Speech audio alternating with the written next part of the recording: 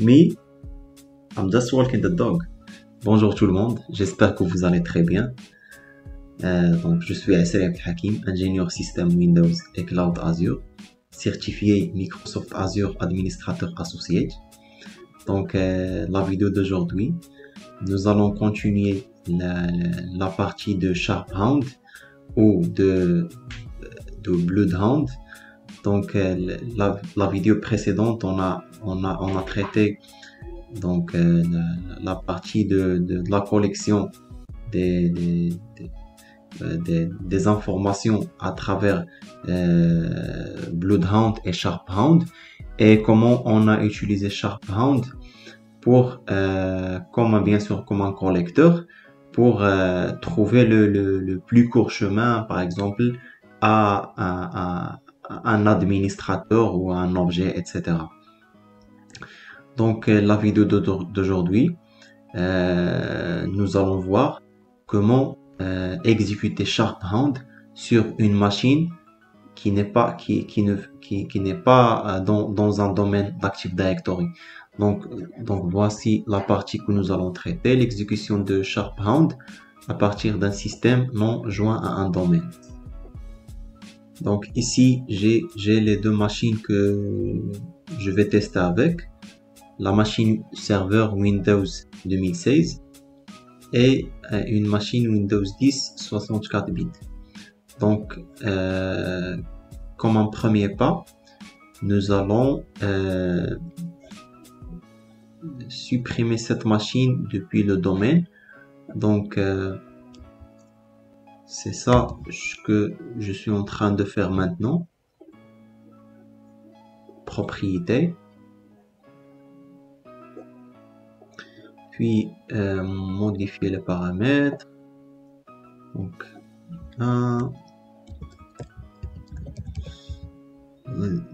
je pense que c'est Win 10, I think. Non, pas. Yes, voilà. Donc, ok, groupe de travail. Donc, groupe. Ok.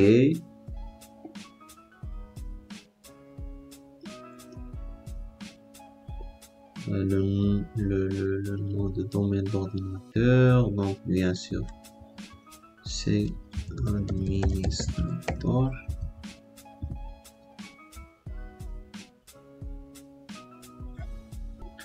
Donc c'est bon, je suis pas dans le domaine maintenant et je redémarre la machine.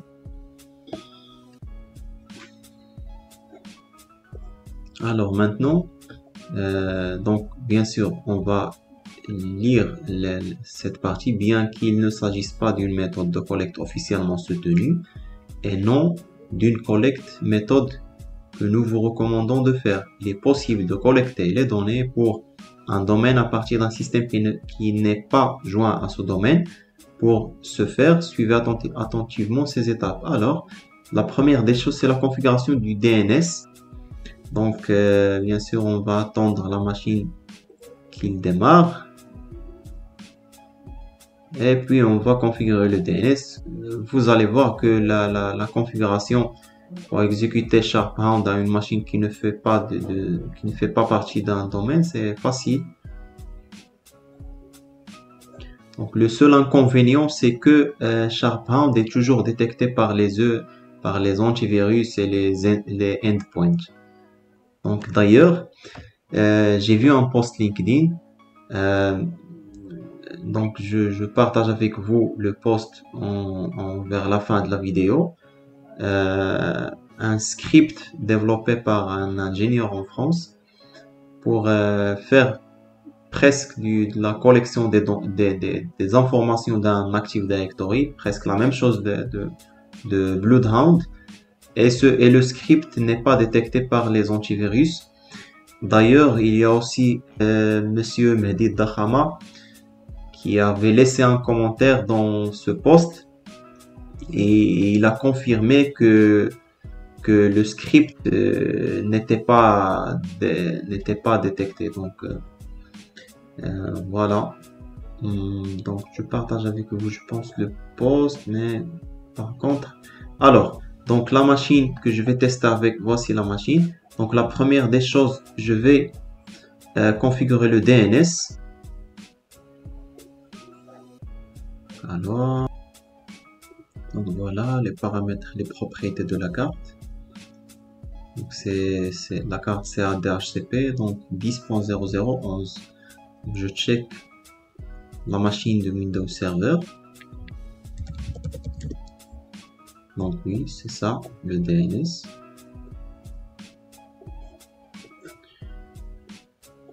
Et voilà, donc c'est bon, ok, et je check, c'est bon, voilà. Alors, on continue le tuto.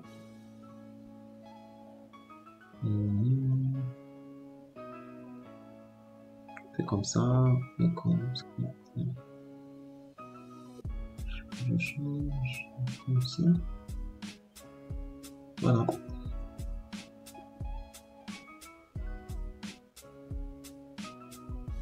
Et je fais comme ça. Voilà. C'est bon.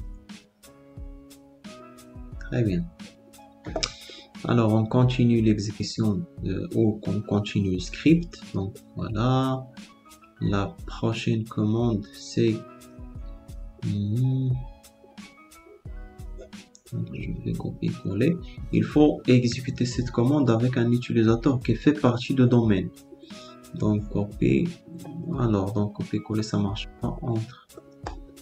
Donc, c'est run as net only /user. Ici, c'est le nom du domaine. Anti/ nom d'utilisateur dans le domaine. Donc, user 1, c'est un utilisateur qui fait partie du domaine. Donc, alors, je check. Choose.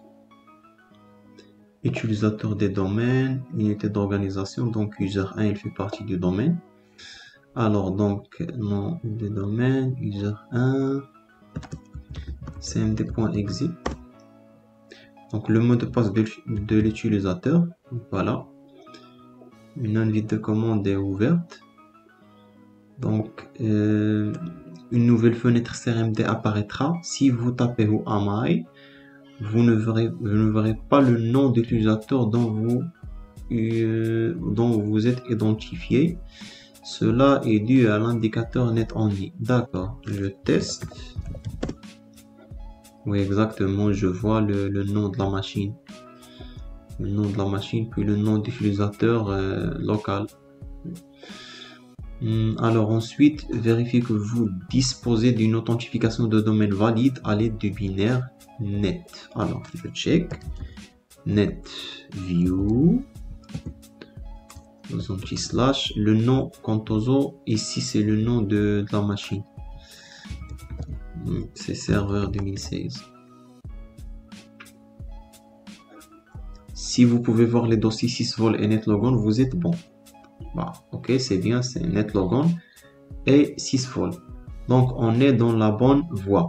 Je check par exemple si je tape un nom ici, si par exemple je tape user, un utilisateur qui fait pas partie de nos domaines, je tape par exemple utilisateur 111, le mot de passe, j'écris n'importe quoi, entrée. Si par exemple je tape netview /server 2016, alors qu'est-ce qu'il va me donner?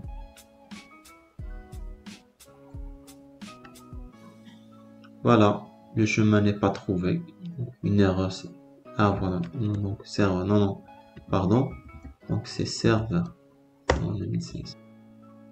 Ici, il a marqué que le chemin réseau n'a pas été trouvé. Maintenant, je pense qu'il va me montrer accès refusé, je pense.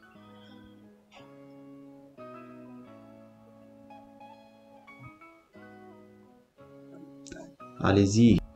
Donc voilà, accès refusé. Alors maintenant, on est dans la bonne voie. 6 vol et netlogon. Donc on a vu déjà les dossiers 6 vol et netlogon. Donc je reviens vers l'utilisateur 1 avec un mot de passe correct. Et je check avec netview.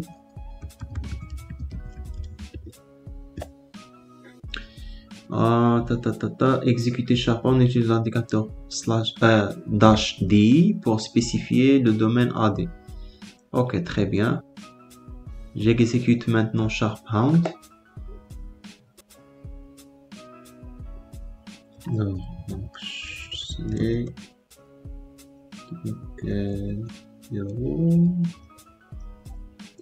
prends le chemin du SharePoint.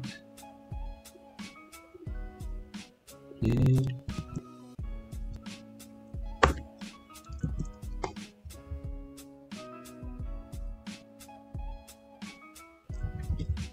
SharePoint -domain, c'est hacking.org. Et on lance la commande.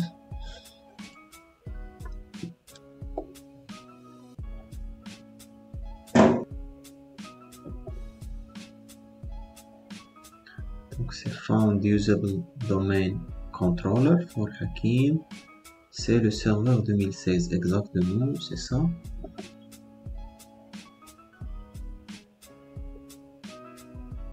Donc apparemment, SharePoint n'est pas détecté par l'antivirus.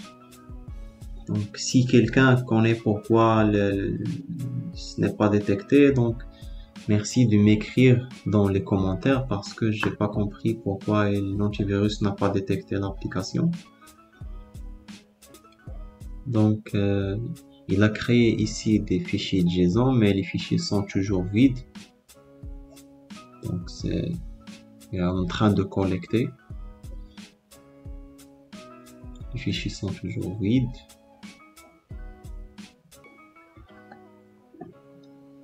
Donc voilà, il est en train de faire un dump des fichiers. Donc ça marche, c'est très bien. Donc après, vous allez faire quoi avec avec les fichiers là? Donc voilà un fichier qui a été généré. C'est le fichier qui contient les données du domaine. Donc si par exemple on fait un saut ici, donc il y a les computers des domaines, les containers, les GPO, les groupes, les unités d'organisation, les utilisateurs. Et par la suite, si vous importez le fichier des données sur Bloodhound, donc vous allez voir les liens entre les objets, les liens entre les utilisateurs, etc. Comme la même chose comme on a vu sur la dernière vidéo. Donc à ce moment-là, vous pouvez faire du pen testing. Vous pouvez voir par exemple si vous voulez faire un test à telle machine ou à une autre, de voir comment de voir le chemin pour arriver à cette machine. Après, vous pouvez faire par exemple, comment dirais-je, vous pouvez faire les tests du hacking, par exemple lancer un script PowerShell, faire fusionner un script PowerShell dans par exemple un fichier ISO ou d'un programme et envoyer le programme par exemple à un utilisateur qui a les privilèges d'un admin. Et quand cet utilisateur là exécute le programme ou ouvre un fichier ou je sais pas, donc le script PowerShell sera exécuté sur la machine cible et voilà, le contenu de PowerShell sera exécuté. Par exemple dans le script PowerShell, vous pouvez faire un script pour ajouter par exemple votre compte ou un autre compte que ce soit le compte que vous avez mentionné fait partie du groupe admin ou fait partie du groupe Remote Desktop Users, etc. Donc voilà, j'espère que c'était clair. Donc c'est tout simplement comment faire, comment collecter comment collecter les données d'un domaine Active Directory à partir d'une machine qui ne fait pas partie du domaine AD. Donc, merci beaucoup pour votre attention et à la prochaine. Mais avant de terminer la vidéo, donc je vous montre le post le post LinkedIn dans 2 minutes. Voici le post. Pentester Active Directory, donc c'est Laurent Biagiotti. Donc Pentester Active Directory, cet outil est pour faire c'est la même chose de Bloodhound, mais cet outil, le proprio, il a mentionné qu'il n'est pas détecté par l'antivirus ou par les endpoints. Et Monsieur Mehdi Dahama aussi, il a confirmé. Donc, il a confirmé que donc, tu as raison, Shadowhound n'est pas détecté dans une configuration par défaut. Voilà. Donc, c'est ça le repo sur GitHub. Vous pouvez le télécharger en local et le tester par la suite, etc. Merci pour votre attention. Et si vous avez des questions, n'hésitez pas à me le poser dans aux commentaires ci-dessous. Et à la prochaine. Au revoir.